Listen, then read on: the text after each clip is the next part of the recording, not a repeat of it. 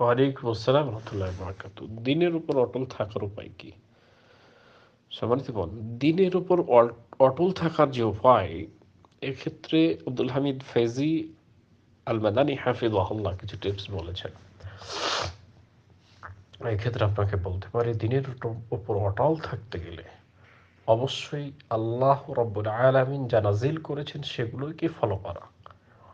যেমন আপনার জন্য উচিত ৫ ওয়াক্ত সালাত পড়া, টাইম টু টাইম, সত্য কথা বলা, মিথ্যাকে প্রত্যাখ্যান করা, কোরআনুল কারীম বেশি বেশি তেলাওয়াত করা, জ্ঞান অন্বেষণের জন্য হাদিসগুলো অধ্যয়ন করা, পড়া।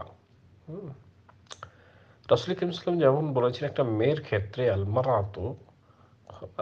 মারআতু ইযা সাল্লাত খামসাহা ওয়া সামাত সাহরা ওয়া হাসানাত ফারজাহা ওয়া তাতবাআহা।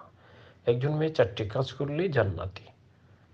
তার জন্য সালাত, ৫ ওয়াক্ত সালাত, রমজান মাসের সিয়াম, স্বামীর খেদমত, পর্দাপ্রশিদায় থাকা। এই ৪টা কাজ করলেই জান্নাত। এই ৪টা কাজকে করতে গেলে অবশ্যই ৪টা কাজের ইলম আগে জানা দরকার। যেহেতু রাসূল করিম সাল্লাল্লাহু আলাইহি ওয়াসাল্লাম বলছেন আস-সালাতু ইমাদুদ্দিন, দিনের মেন মানহাজ হচ্ছে সালাত। তাহলে দিনের উপর অটল থাকতে সালাত পড়তে হবে। আল্লাহ বলছেন ইন্নাস সালাতা তানহা আনিল ফাহশাই ওয়াল মুনকার। নিশ্চয়ই সালাত মানুষকে অশ্লীল খারাপ কাজ থেকে বাঁচিয়ে রাখে। আর এই সমস্ত বিষয়গুলোকে স্বচ্ছভাবে করতে হলে, জানতে হলে আপনাকে ইলম অর্জন করা লাগবে আগে। ইলমের জন্য আপনাকে আগে তৈরি হতে হবে, ইলম অর্জন করা লাগবে। ইলম আপনাকে এই সমস্ত অপসংস্কৃতি থেকে বাঁচাতে পারে এবং আল্লাহর দ্বীনের উপর অটল রাখতে পারে। জি, আসসালামু আলাইকুম।